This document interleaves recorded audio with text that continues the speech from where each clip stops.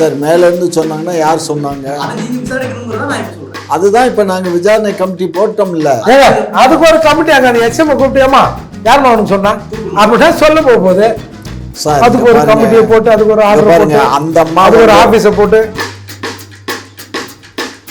செக்ரட்டரிக்கு அப்புறம் தான் மினிஸ்டர், அவ்வளவு அடுக்குகள் இருக்கு. அப்புறம் prime minister, chief minister, prime minister, ஜனாதிபதி வரைக்கும் போமா. இங்க பாருங்க, நீங்க இந்த வேலையெல்லாம் இங்க விடாதீங்க. உடான்ஸ் எல்லாம் வேற ஏதாவது கேட்ட கேள்விக்கு நறுக்கா ஏதாவது சொல்லணும். நான் வந்தவொடனே நான் நேரில் பார்த்து ஒரு விளக்கத்தை தரேன்னு சொல்லிட்டாரா? வந்தவொடனே ஒரு சம்மன் அனுப்பிச்சோம்னா இல்லை ஃபோன் எங்கே இருக்கா வாங்க அப்படின்னா நான் வந்துடுறப்பா. எதுக்கு சார் ஒரு 200 போலீஸை போடுறதான் ஒரு ஏடிஜிபி அது பெரிய பெரிய அதிகாரிகள் எல்லாம் சொல்கிறாங்க. ஏங்க அவன் தான் கையை தூக்கிட்டானுங்க, நான் தான் வரேன்னு. என்னத்துக்கு அவனை அப்படியே பெரிய தீவிரவாதி மாதிரி பண்ணி இப்ப புகார் கொடுத்தா இப்போ நம்மளாம் ஆம்பளை தானே? ஐயா ஐயா ஐயா நம்மளாம் ஆம்பளே இல்லையா? நம்மளாம் ஆம்பளை தானே? அது என்ன சந்தேகம்? எங்க மனது புண்படுது இப்போ. ஆனாலும் அது முழுசா நான் வந்து அவன் மகா விஷயம் பேசுறதுக்கு எதிர்ப்பா பேசுறீங்க. ஒரு 5 நிமிஷம் டைம் கொடுக்க முடியுமா? எதுக்கு? காந்திகிட்ட ஃபோன் பண்ணி அந்த வார்த்தையை சொன்னேன், எதுக்காக சொன்னேன் கேட்டுறேன். தவறுகள் நடக்கும் போது கவர்மெண்ட் தலையிடுங்க. இத தவறுன்னு சொல்ல இயலாது கண்ணு. பள்ளி குழந்தைகளை, சிறு குழந்தைகளை அவங்க வந்து ஒரு ஸ்கூல் பொழுதுபோக்குக்காக நடிகை கூட யாரும் இல்லையே. எது அந்த படத்துல வேண்டிய நடிகை கூட எங்களுக்கு வேண்டிய நடிகைன்னா யாருங்க? இப்ப நீங்க என்ன நினைக்கிறீங்க? விஜய வந்து எப்படியாவது ஓரம் கட்டணும்னு பேசுறீங்களா?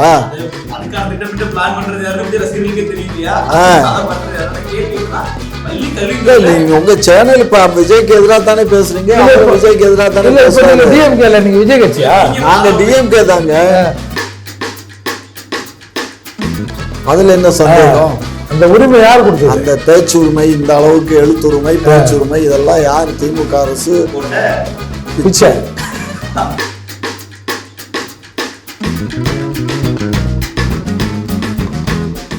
குக்கு செய்திகள் நேயர்களுக்கு வணக்கம். இன்றைய விவாத நிகழ்ச்சியில் நம்மோடு இணைந்திருக்கும் சிறப்பு விருந்தினர்கள் தமிழ்நாடு ஞாயிறு பேரவைத் தலைவர் மற்றும் திமுக ஆதரவாளர் திரு காமாட்சி நாயுடு ஐயா அவர்கள். மேலும் அவரோடு இணைந்திருக்கிறார் புரட்சி தமிழகம் கட்சியின் தலைவருமான மற்றும் வழக்கறிஞருமான திரு ஏற்பட்டு. இருவருக்கும் வணக்கம்.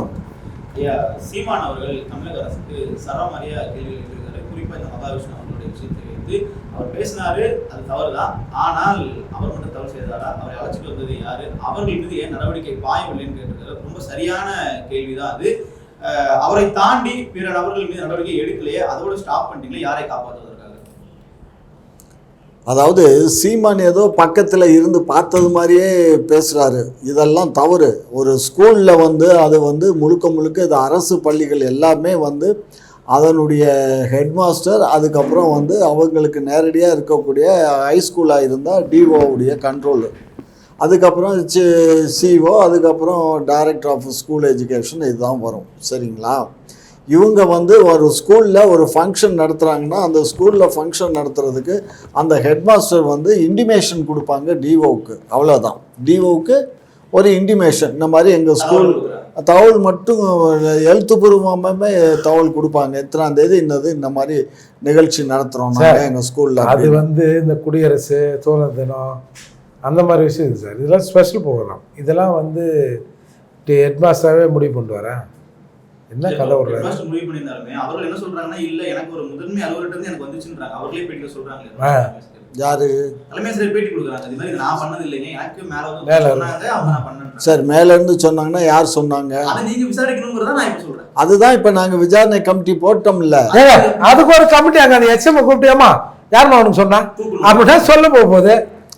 அதுக்கு ஒரு கமிட்டியை போட்டு அதுக்கு ஒரு ஆர்டர் போட்டு அந்த அம்மா ஒரு ஆபீஸை போட்டு அதுக்கு ஒரு அந்த அம்மா வந்து தெளிவா சொல்ல வேண்டியதானே. தன்னை வந்து ஒரு அரசு ஊழியர் எப்படி அந்த மாதிரி சொல்லுவாங்க? அவங்களுக்கு அழுத்தம் இருக்கும் இல்லையா? பயம் இருக்குமா இல்லையா? ஒரு போன போடியமா யாருமா அது யாருக்கிட்டமா வாங்கினா அப்படின்னா சரி. அந்த அம்மா அப்ப சொல்லல. இப்ப அந்த அம்மா அவங்க சொன்னாங்க நான் பண்ணலைங்க, எனக்கு மேல இருந்து சொன்னாங்க. மேல இருந்து சொன்னாங்கன்னா டைரக்டா அதிகாரி வந்து டிஓ தான் சொல்லியிருக்கணும். அப்படி இல்லைன்னா சிஓ சொல்லியிருக்கணும். சிஓ சொன்னால் டிஓட்ட தான் சொல்லுவார், டிஓ தான் வந்து இவங்கள்ட்ட சொல்லணும். எல்லாம் கேட்கல. அப்போ வந்து கல்வித்துறையில் இது நடந்திருக்கு. இதுக்கு வந்து மந்திரியை கொண்டுட்டு வந்து உள்ள எதுக்கு துணிக்கிறீங்க? என்ன சொல்றாங்கன்னா வேற ஒரு விஷயத்துல ஒரு பிரச்சனை இருக்கு, இதுல அதை மூடி மறைக்கிறதுக்காக மந்திரி இப்படி பண்றாருங்கிறதா. ஏங்க மந்திரி இதுக்குள்ள ஏன் தெரியுமா வராரு? இது என்னோட ப்ரொமிசஸ்.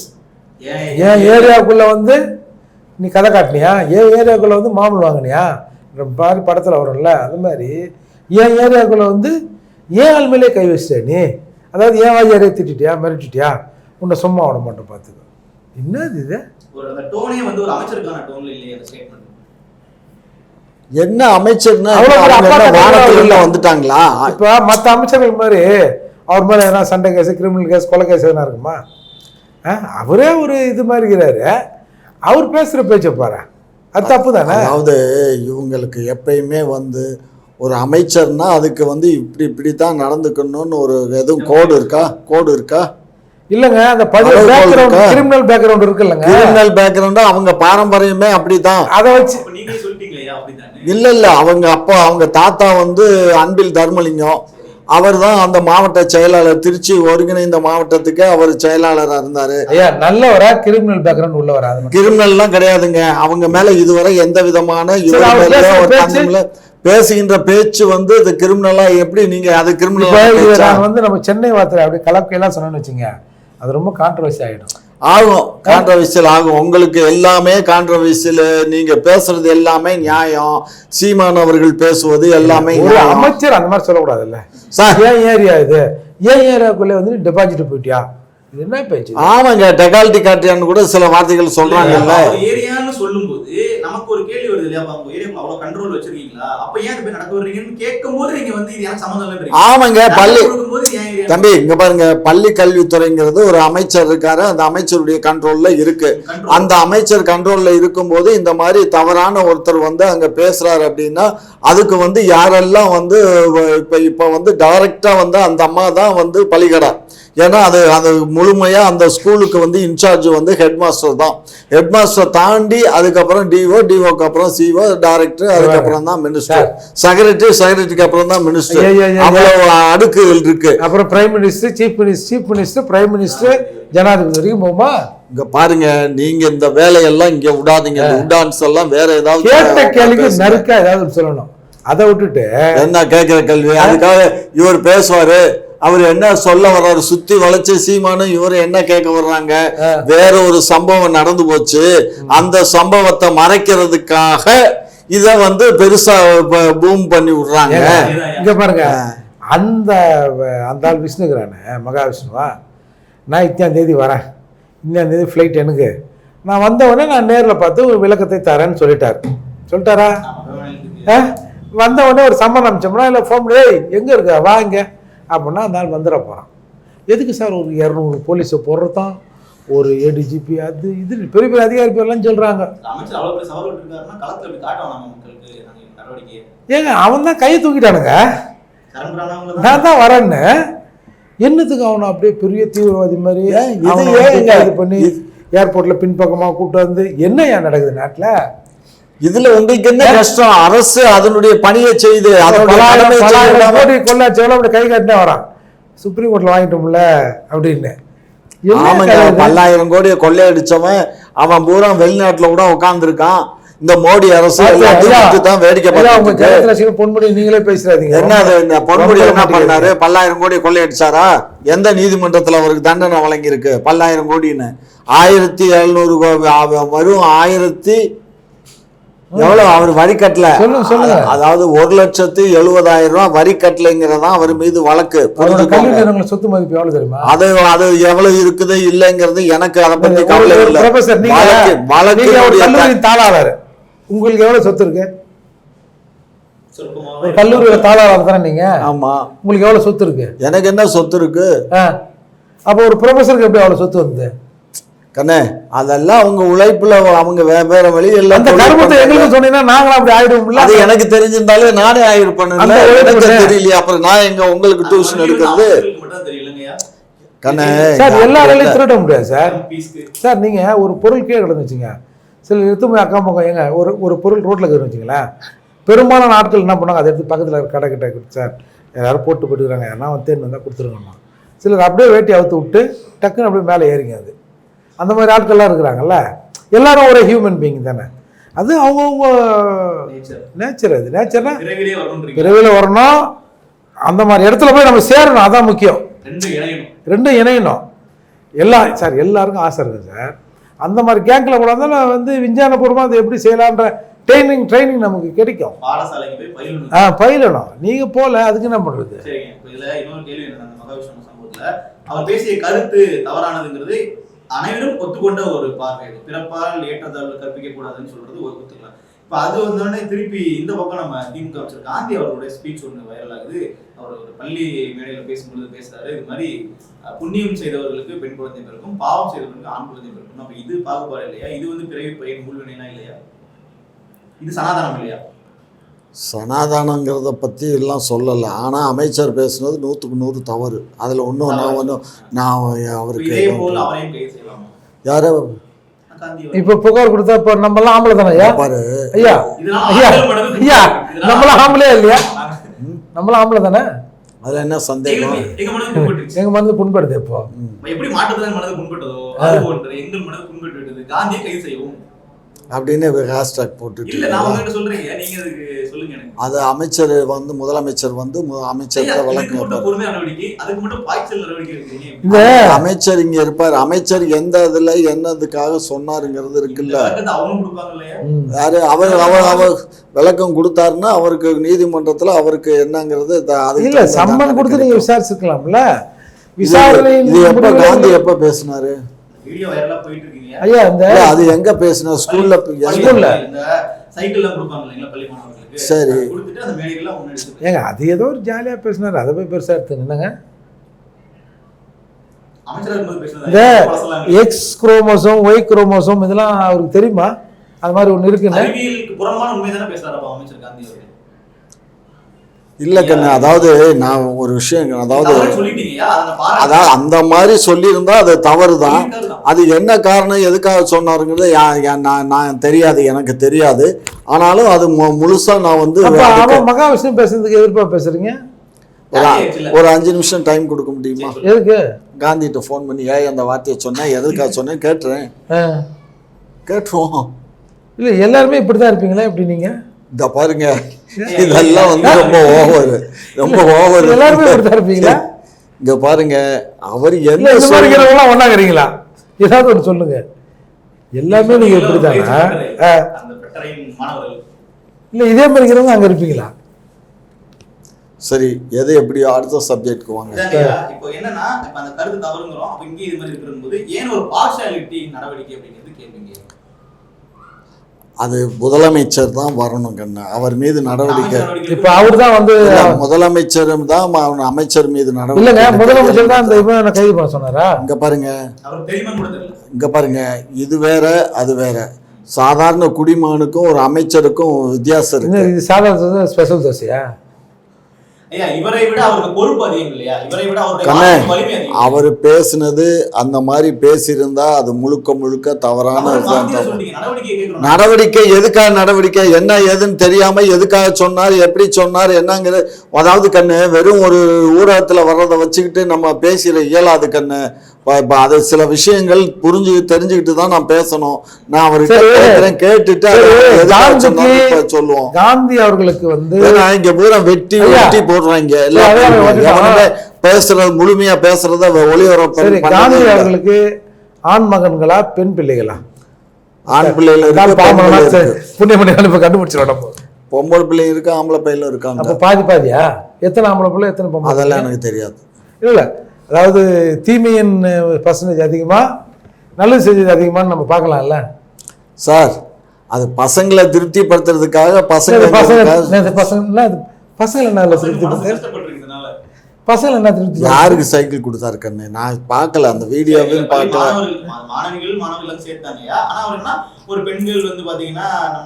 இப்ப அந்த பசங்களுக்கு வந்து நம்ம அப்பா வந்து பாவம் பண்ணிக்கிறான் படுபாவி, அதால தான் நம்ம இப்படி பிறந்து இப்படி கஷ்டப்படுறோம் அப்படின்னு அந்த பசங்க நினைக்காது.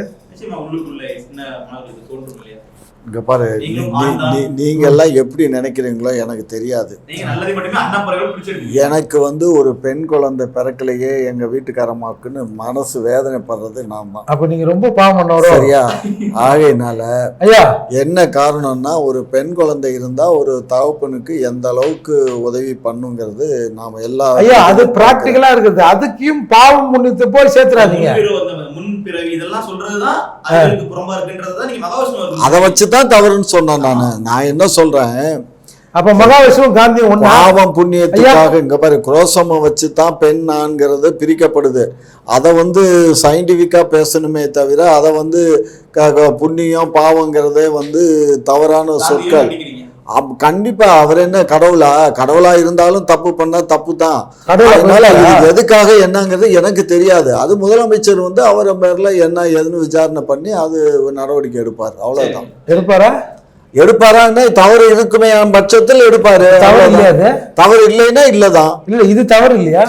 அது நீங்க சொல்றத வச்சு நான் தவறுன்னு சொல்றேன். எனக்கு அது வந்து நான் பார்க்கல, நான் பார்க்காது கேட்காது, நான் எப்படி சொல்றது?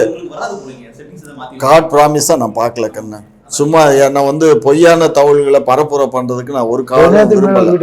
நீங்க சொன்னதுல இருந்து சப்ஜெக்ட் சொல்றேன், அவ்வளவுதான். அந்த வீடியோ நமக்கு வர மாட்டேங்குது, அந்த மாதிரி வீடியோ அவருக்கு வருது.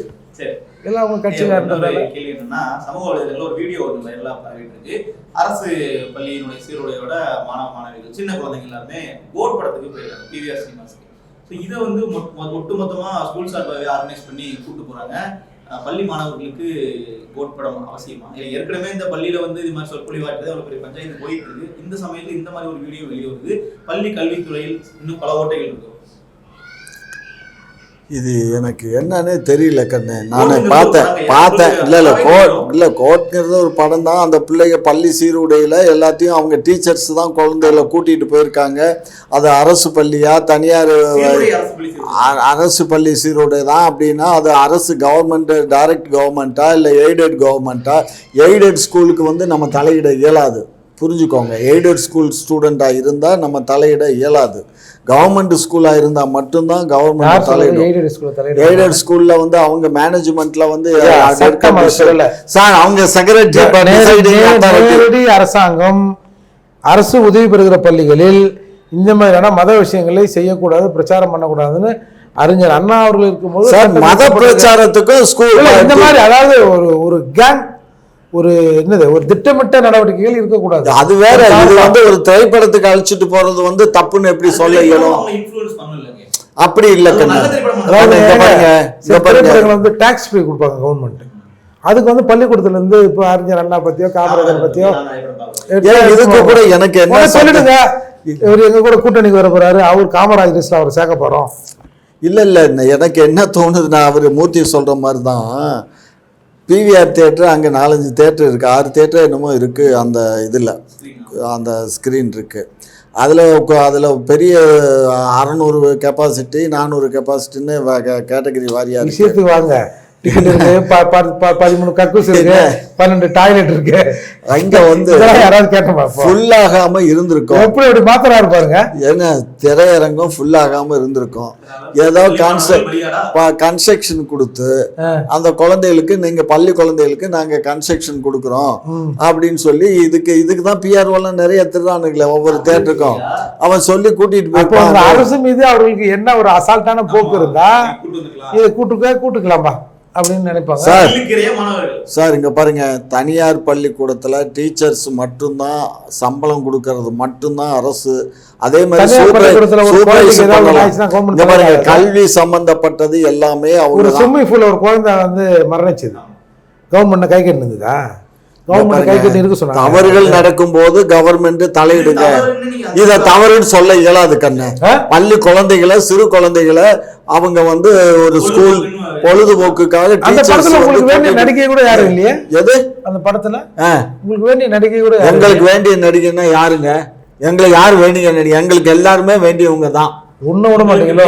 எல்லாமே வேண்டியவங்க தான். எல்லாமே தமிழ்நாட்டில் வாழ்ற அத்தனை ஆண்களும் பெண்களும் எங்க அரசுக்கு ஆதரவானவர்கள், எங்களுக்கு வேண்டிய. கிராஸ் பண்ணாம யாரும் போக முடியாது.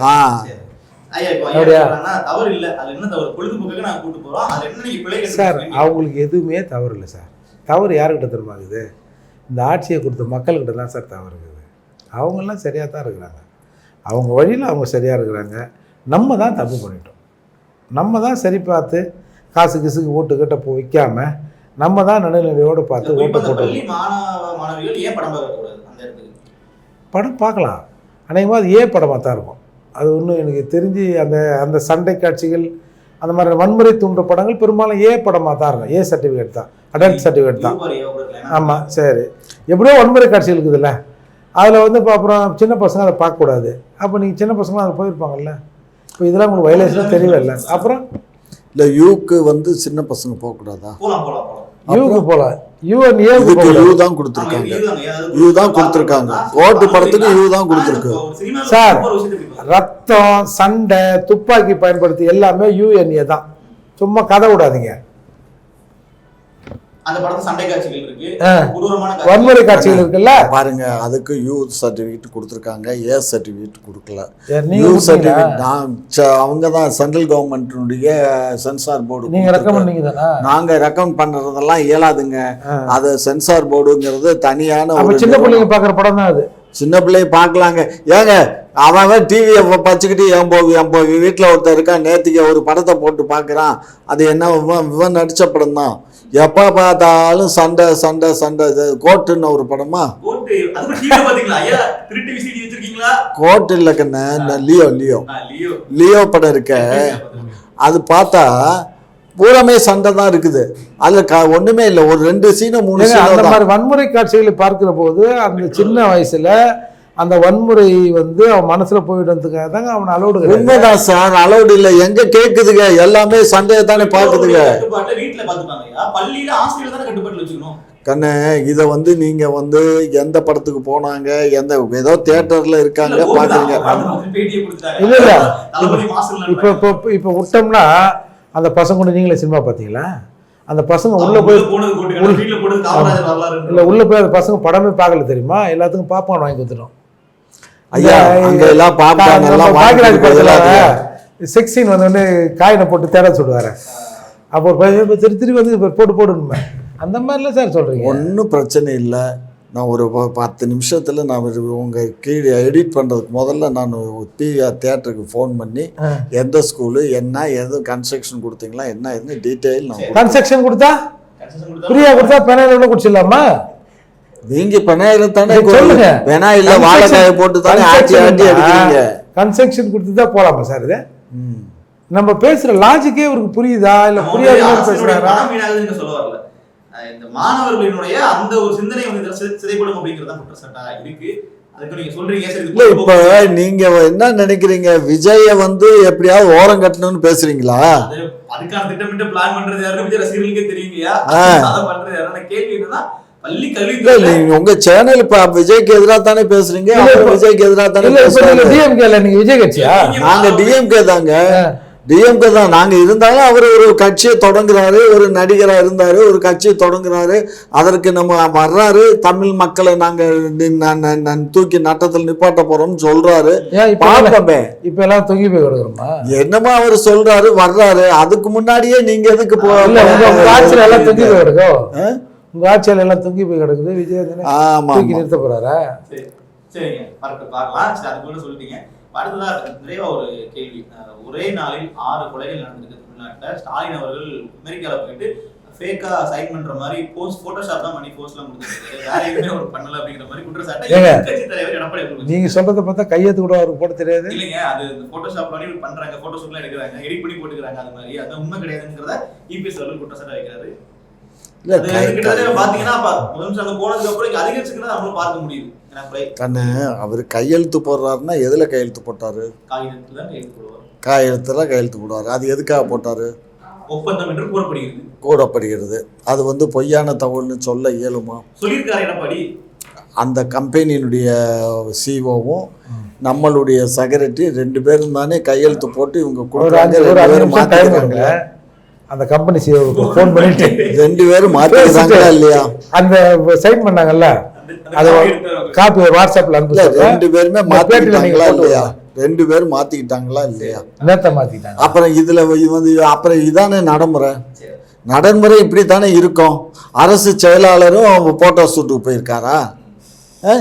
இவருக்கு கோட்டு போட்டு இவர் அமெரிக்காவுக்கு கோட்டு போட்டு போனார்ல, தொப்பி வச்சார், எம்ஜிஆர் மாதிரியெல்லாம் தொப்பி வச்சார்.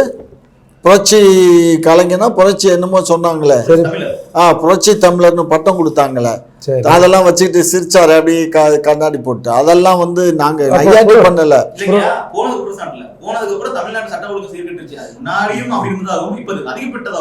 கண்ணை இங்க பாரு கண்ணை, இந்த கொலா சண்டை போடுறவங்களுக்கு எப்பயுமே குழாயில் தண்ணி வந்தாலும் சண்டை இருக்கும், தண்ணி வரலைனாலும் சண்டை இருக்கும். அது மாதிரி தான் எடப்பாடி சண்டை. அதெல்லாம் இந்த காதல இந்த காதல விட்டு போனோம். ஒரு நாள்ல 6 கொலைன்னா 10 கோடி மக்கள் வாழ்ற நாட்டில் கன்னியாகுமரி டு சென்னை வரலையும் இருக்கு, திருத்தணி வரலையும் இருக்குது. இந்த இவ்வளோ பெரிய இடத்துல இதெல்லாம் வந்து ஒரு இதுல நடக்கக்கூடிய சமாச்சாரம். 7 கோடிலேருந்து 8 கோடி பேர் ஐயா. 8 கோடி அதில் ஒரு 6 பேர் செத்தான். இது என்னங்க பெரிய விஷயமா அது? 60 பேர் சாகணும், 600 பேர் சாவந்தா கூட நாங்கள் கவலைப்பட மாட்டோம். இப்போ வந்து கள்ளக்குறிச்சியில் 90 பேர் செத்தான், நான் கலங்கிட்டோமா?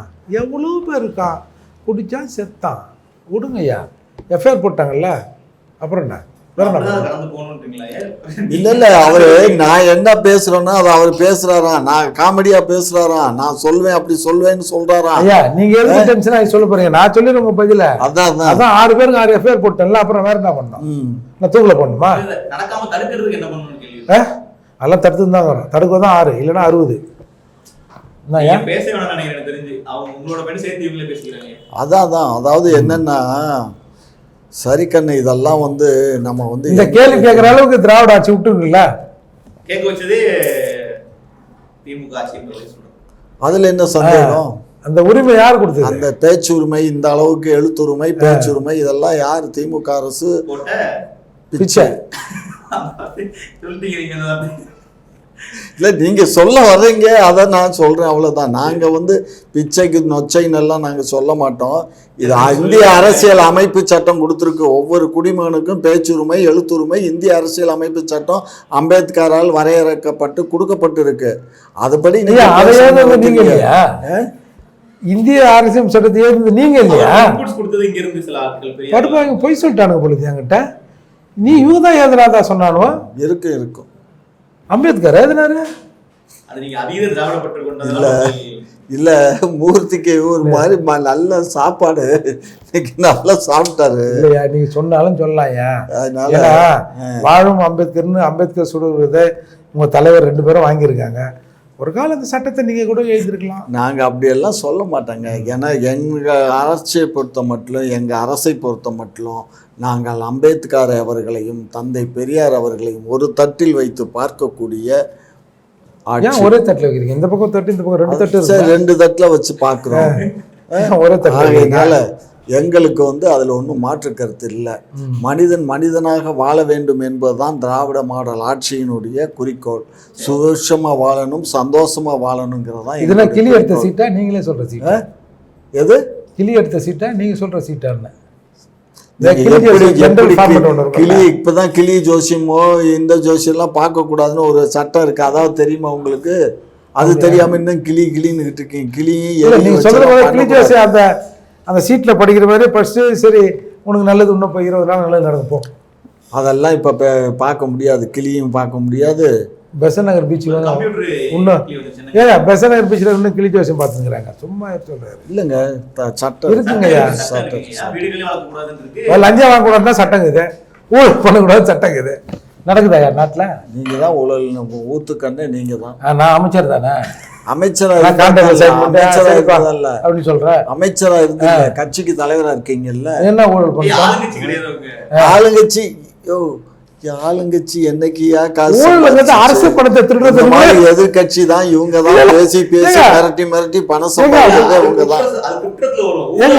ஏங்க ஊழல்ன்றது அரசு பணத்தை வந்து எடுத்துக்கிறதுன்னு கூட தெரியல பாருங்க. பயன்பட வேண்டிய விஷயத்துக்கு பயன்படுத்தாம பாக்கெட்ல போடுறதா ஊழல். அது அரசு பணத்தை எடுத்து அவ்வளவு ஈஸியா எல்லாம் நீங்க நினைக்கிறதெல்லாம் இது 21வது நூற்றாண்டு எல்லாமே இங்க பாரு. அதெல்லாம் ஒண்ணு இல்ல. ஆரம்பிப்பாரு எல்லாமே ஆன்லைன் ஈ டெண்டர் தட்டினா வந்து நின்னுங்க இல்ல. பண்ண முடியாது. ஆமா, Credit card, இப்ப நீங்க Google இங்க Pay. இருந்து மொபைல்ல எந்த ஒர்க்கு யாருக்கு டெண்டர் போயிருக்கு, என்ன போயிருக்கு, எத்தனை கோடிக்கு போயிருக்கு, என்ன ஒர்க் நடந்திருக்குலாம் பார்க்கலாம்ல. டிரான்ஸ்பரண்டா இருக்கு. டிரான்ஸ்பரண்டா இருக்கு. இதுல போய் ஊழல்னு சொன்னா நான் யார்கிட்ட போய் அழுகுறது? சத்துணு மையம் கட்டுறானுங்க, பில்லர் போறானுங்க, கையில சொன்ன எடுத்துறான், லட்டை பூந்தி ஆகிற மாதிரி. ஐயா என்ன சொல்றேன்னா, டெண்டர்ல எல்லாம் விடுறாங்க, ஓகே. அந்த நம்ம ஆன்லைன்ல இருந்து விண்ணப்பிக்கிறோம் எல்லாம், அவங்க கடைசி அந்த என்டர் கொடுக்கணும் பாத்தீங்களா, கிளிக் பண்ணணும் பாத்தீங்களா, கிளிக் பண்ணணும்னா அவங்களுக்கு இங்க நோட்டிபிகேஷன் போகணுமா என் டிரான்ஸ்ஃபர் ஆயிடுச்சு அப்படின்னு ஒரு செய்தி. இது இப்போ வரைக்கும் பல துறைகளே இருக்குன்றாங்க. நீங்க என்னதான் இருந்தாலும் கடைசியில் வர வேண்டியது லோக்கல் ஆபீசர்ல தான் வருது. என்னதான் ப்ராஜெக்டா இருந்தாலும் அப்படி வரும்போது என்னன்னா அவர்களுக்கு தேவையான மீட்டிங் செட் பண்ணி அவங்களுக்கு தேவையான விஷயத்தை வாங்கிட்டு தான் பண்ணிக்கிறாங்கன்னு குற்றச்சாட்டு இருக்கு. என்னமோ நாங்க தான் செய்யறதா சொல்றீங்க. இது காலகாலமா இருக்கிறதாங்க. இல்ல கண்ணா, இதெல்லாம் வந்து டெண்டர்ல எதுவும் செய்ய இயலாது, எதுவும் செய்ய இயலாது. எல்லாம் டிரான்ஸ்பரன்சி. அதாவது என்னன்னா, பில்லு செட்டில்மெண்ட்டுன்னு வருதுன்னு வச்சுக்கோங்க. இப்போ வேலை நடக்குது, பில்லு போடுறான், ஒரு எம்புக்கில் என்ட்ரி போடணும், ஒரு ஏஐ பண்ணுவான், எம்புக்கு என்ட்ரி போடுவான், அதை செக் பண்ணுவான், ரெடி பண்ணுவான். ஐயா திரும்பி பழைய மாதிரி கம்பி சுத்தாதீங்க. இதெல்லாம் டெண்டர் முடிஞ்சு வேலை நடந்து பில்லு டெண்டர் அலாகேட் ஆகிறதுக்கு என்ன பிரச்சனை? அலகேட் ஆகுது. யார் வேணாலும் போய் கலந்துக்கிடலாம், யார் வேணாலும் டெண்டர் ஷெட்யூல் வாங்கலாம், ஃபுல் பண்ணலாம். என்ன ஊர்லையா? நம்ம ஊர்லையா? சென்னையில் தான், தமிழ்நாட்டில் தான். சரி, நம்புவோம். நீங்கள் வந்து அது தெரியாமல் இருக்கீங்க, அதுக்கு நாலேஜ் நம்ம தெரியாமல் இருக்கீங்க, வளர்த்துக்கணும். சரிங்க. விவாதத்தில் வந்து பல கேள்விகளும் தெளிவான பதில்களுமே கொடுத்துருந்தோம். மக்கள் விவாதத்தை பார்த்து என்ன சொல்கிறாங்கன்றதை பார்க்கலாம். மீண்டும் அடுத்த ஒரு நல்ல தலைப்பில் மீண்டும் விவாதிக்கிறாங்க. மிக்க நன்றி.